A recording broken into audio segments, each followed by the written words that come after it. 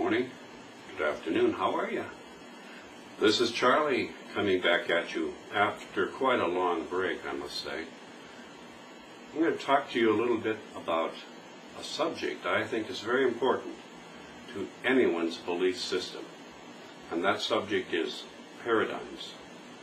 Paradigms, not like two dimes, but a paradigm is a principle. The principle is that you have an understanding of the way things are, or the things have to be. And we operate within that paradigm very, very clearly. We don't break out of them because we think it's wrong. We just think that kind of information is wrong. A paradigm guides how we think about certain matters. And a paradigm, by definition, is something that we believe answers the question of how things have to be. There are paradigms in every kind of area of life. For example, scientific paradigms. The world being a flat place or geocentric was a paradigm until scientists finally proved that it was not the case. Now, those people who break the paradigms, as in the case of Galileo and a few others, they were thought to be heretical. Their beliefs went against the established facts. Other kinds of paradigms throughout science and daily life, for example, the use of energy. We were at a place at one time where everyone thought that steam power was the ultimate, and that we had, that type of technology. And until that paradigm was broken, then we were free to use the internal combustion engine and other things of that sort.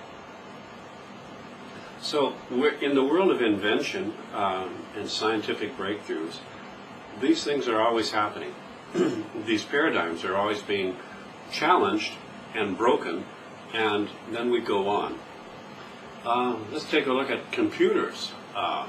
There was a time in my childhood that we saw some very basic kinds of computational devices like the IBM and UNIVAC and so on.